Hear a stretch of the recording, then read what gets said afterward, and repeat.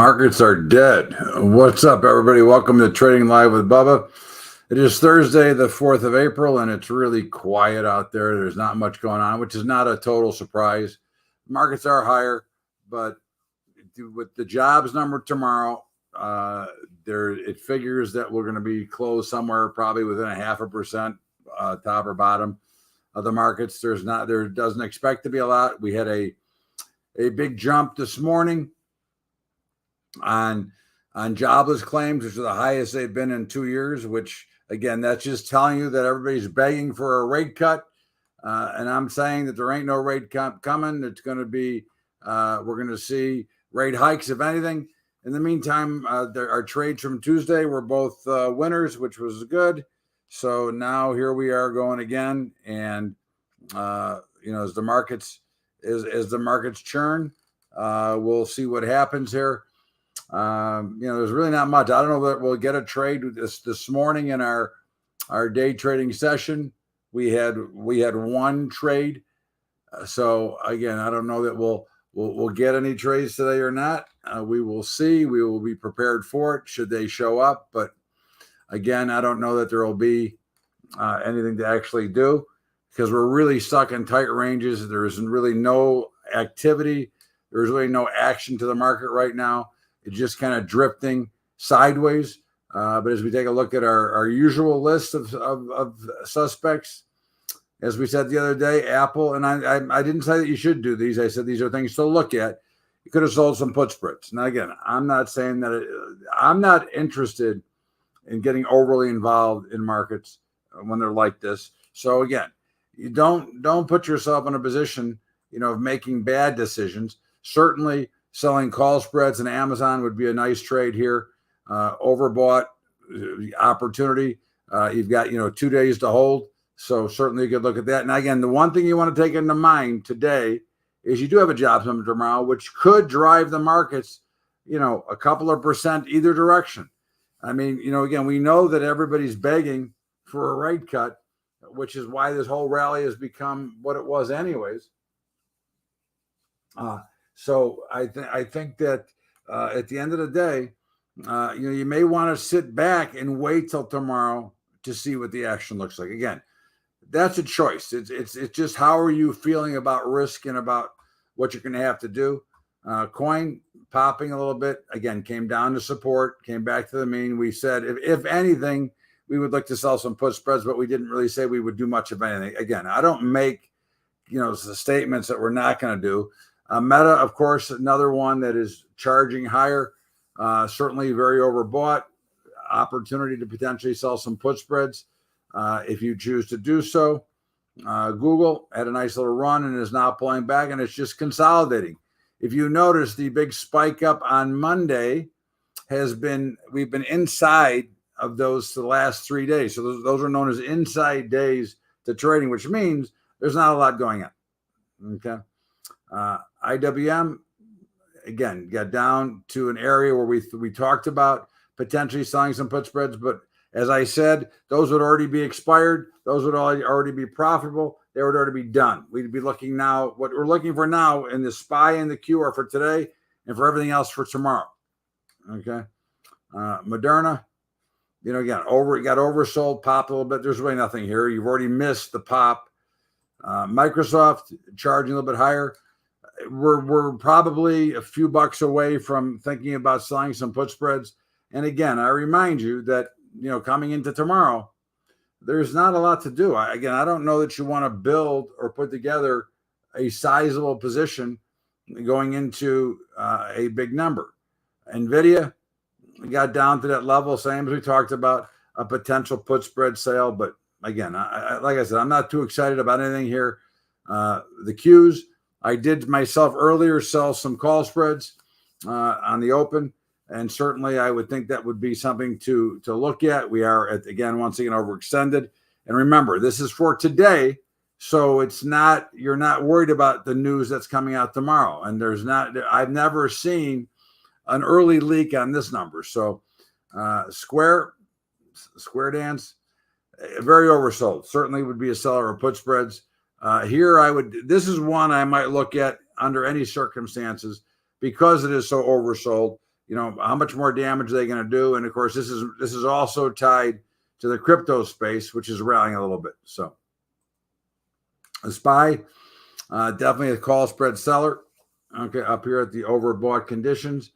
Again, all we're playing is a math model here. That's really what it comes down to.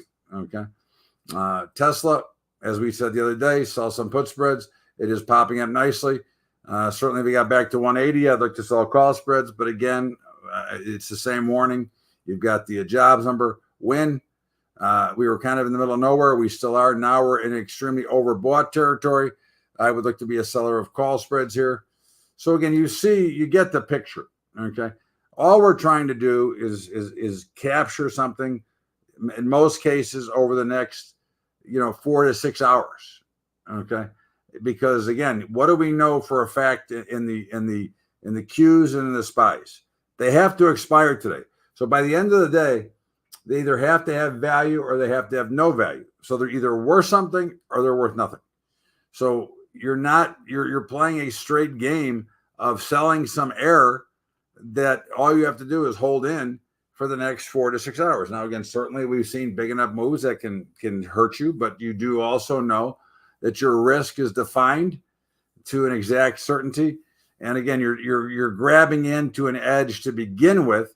I mean, for example, we'll just take a look and see if there's anything worthwhile. The SPY. So we were to look to sell today, for example, for the 4th, and the stock is so let's just say we looked at the 523, 524 vertical, 34 cents. You got a $66 risk, a $34 potential profit per contract. You're trading at 22.75, so you're already below. So you're selling something that is worth nothing right now. Now, again, it wouldn't take long to get it over there, but that's kind of the steps you take to look to see, do you believe that it has the chance to continue to go higher? And of course, obviously, there's no answer to that other than yes, there's always a chance. But so now if we look at look at a shorter term chart, you did peak this morning, okay? And it's probably a reasonable trade. Okay. Again, remember, it's just simply about what are the opportunities that you can see in the overall market. So if we go back to our day trading view and see if anything is happening, and of course, really nothing is happening as I suspected. Again, this is a day that if I wasn't going to be here, I'd have been gone for the day already. Because again, I could see early this morning, and especially after we traded live through the opening, that there wasn't much to do. And, when you start staring or looking at the screen like this, you're trying to find something, okay? And there's really nothing to find. Any trade you make based on the current activity right now is purely luck, okay? I have no basis to make any trade, okay? Certainly, if I looked at the NASDAQ, I might assume that we're seeing some bottoming action after this little bit of sell-off from here, but I'm not going to make a trade here. The SPY is still kind of, although very similar, but looks a little bit weaker. You can just see this looks like this and this looks like this. So minor difference between the two, similar pattern, but one figures to potentially break a little bit lower, one potentially figures to break a little bit higher. But again, there isn't enough activity for me to want to get involved. Again, I want to always remind you that the slower markets are, the more challenging they are for the trader and the less forgiving that they are. Okay. Markets are not forgiving when there's no activity, because if we make a bad trade when it's real busy, we know there's another trade right around the corner. However, if we make a bad trade today, we don't know if we're going to get another trade. So you want to be more conservative when the markets are like they are now, because there is very little activity. There's nothing really going on in the overall market.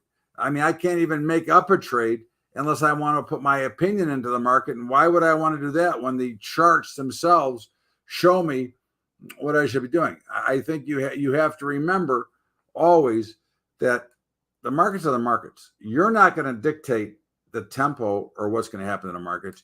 You're the one who has to trade what you see. Okay. And I don't know what you're seeing, but right now we're seeing absolutely nothing that says, hey, I should get in to a trade here. And all that's happening, if you've sold some spreads, all that's happening in the activity that we're watching is the spreads are depreciating. As every minute ticks by, a little bit of premium clicks out. As they get closer to that expiration, a little bit of premium comes out. And eventually they'll either expire worth something or worth nothing. And I think that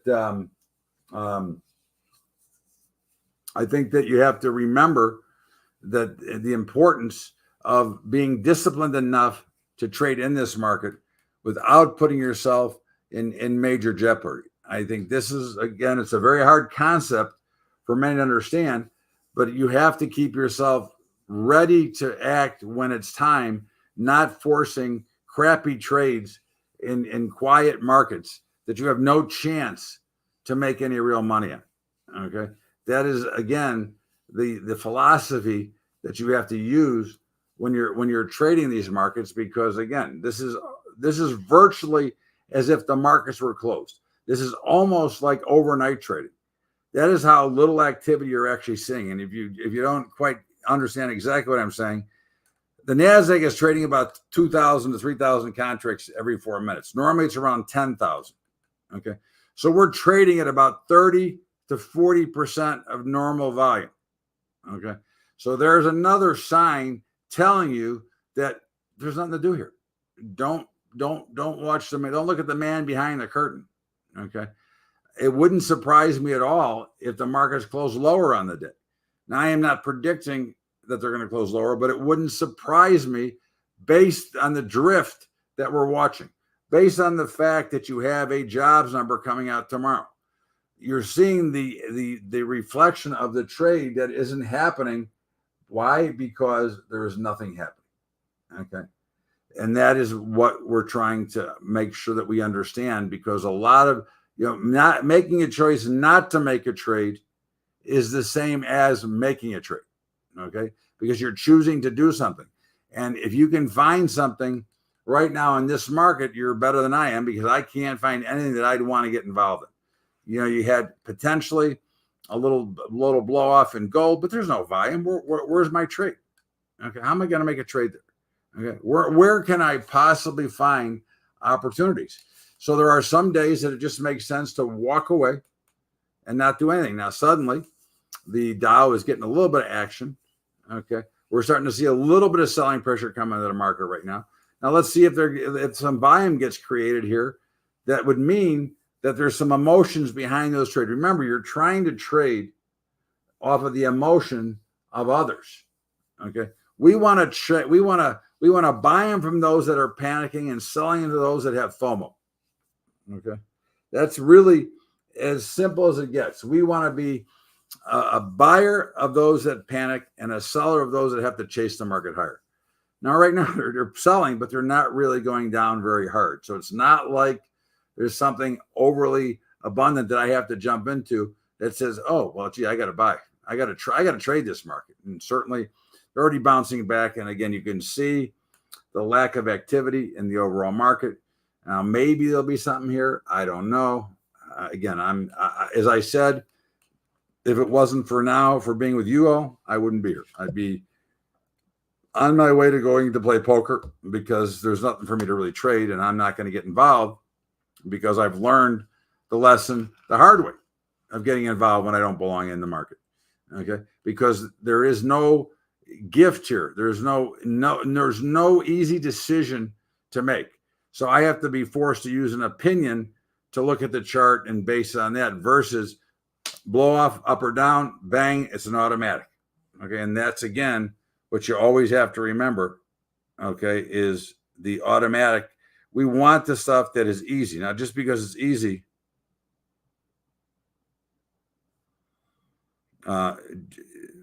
just because the trade is easy doesn't guarantee that the trade is going to win. But again, that's what we're always focused on, is where do we have the best opportunity to make the most amount of money. And in a market like this, I mean, you're getting a little bit of a drop. Again, is this at 5,000 contracts? Is this what I would consider a blow off? Well, based on what's going on, I might consider it. But again, I don't think that I will see the speed and the recovery back, okay, because right now I have a market that is running, let's say if the market normally runs at 65 miles an hour, it's running now at about 35 miles an hour. So it's really not very, very exciting. And there isn't enough, volume. I mean, for me, I would need to see a volume spike up to here. In the NASDAQ, I'd have to see a volume spike up to here. Where's my thingy? There we go. I'd have to see a volume spike up to here in the S&P. I'd have to see a volume spike up to here in the Russell. Again, you're not going to get those, I don't think. Okay. So to me, it's like, okay, what should I do? Well, the best thing to do is to walk away. That's my advice. Okay. I mean, that's where I'm going to be. That's what I'm going to do as soon as I'm done here. I'm done for the day, other than an interview I have to do. But again, there's no action. There's nothing for me to look at other than to learn. If I want to learn and watch for the pattern, I can switch to a 1 minute to kind of start to recognize and identify these patterns. Okay. Because again, the same patterns will appear, but we're using the 4 minute to as the indicator, and the 1 minute is the trigger. Okay. But certainly today, right now, is a time to study and observe and try to learn what your expectation should be, not based on what you hear on the news, not based on your opinion, but based on what the market is actually telling you. And right now, the market is actually telling me that there isn't much to do, and that there's probably from right now a greater probability that the NASDAQ will fail from here, a greater probability that the Dow will fail from there. Again, basically everything looks like it's going to fail and sell off a little bit. Now, again, it doesn't mean it will, but that's would be my first inclination by looking at these charts. Okay. And as I go back to the longer time frame, which we try to trade off of, there's no activity. I mean, certainly I could justify a buy in the NASDAQ if I wanted to. But again, why? I always ask the same question. Why justify a trade in a market that is dead? Okay. If anything changes, and it changes quickly, yes, you could make a lot of money, but you could get stopped out in a heartbeat. And the worst thing, obviously, for everybody is to have a position on in a crappy market, get stopped out, and then the market turn around and go exactly the way you thought we're set up for. But because it was so thin and so slow, you weren't in because you were already stopped out. And those are the things that you have to remember. Again, you have to put yourself in the position, the best possible position at all times. And right now, there's not a lot of great positions that you put in. There's an outside chance we could see something in the euro currency, which is here. But again, this volume's got to get way up there for me to think about it. Okay. Nothing in the 10-year, nothing in the gold, nothing from nothing anywhere. And that's the consistency of what we watch. Again, there's just times that are better than others. And, if you stay to the best times of trading, you're going to be better off. Remember this. It's always better to wish you were in a trade than to wish you were not. Okay. Because money not made is makes you upset, but money lost makes it worse. Okay. So you just remember that you just have to be patient enough, because there will be times. I mean, this week with my morning group that we trade, we made 6 trades Monday, Tuesday, Wednesday. That's 18 trades and 1 today. Okay. So my point is that, hey, some days are better than others, but I don't have to participate unless I really want to. And I think should be your lesson to learn, and take that away from today. You got jobs tomorrow. You got a lot of data. You got a lot of Fed idiots speaking today.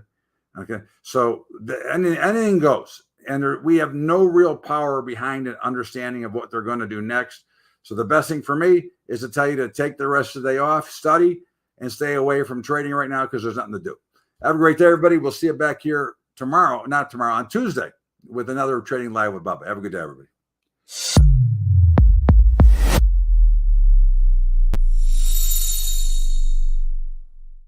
All opinions expressed by Tradier Hub contributors are solely the contributors' opinions and do not reflect the opinions of Tradier nor its affiliates and/or subsidiaries. You should not treat any opinion expressed by Hub contributors as a specific inducement to make a particular investment or to follow a particular strategy, but only as an expression of their opinion. The contributors' opinions are based on their own personal research, but neither Tradier nor its affiliates and/or subsidiaries warrants its completeness or accuracy, and it should not be relied upon as such. Any trades or positions discussed or referred to by contributors may or may not be actual live trades or positions. Such information is not intended to be financial or investment advice. Tradier Inc. is the parent company of Tradier Brokerage Inc. Tradier Brokerage Inc. and Tradier Inc. are separate entities with their own products and services. Securities products and services are offered through Tradier Brokerage Inc. Tradier Brokerage Inc. is an independent subsidiary of Tradier Inc. All rights reserved. Member FINRA SIPC.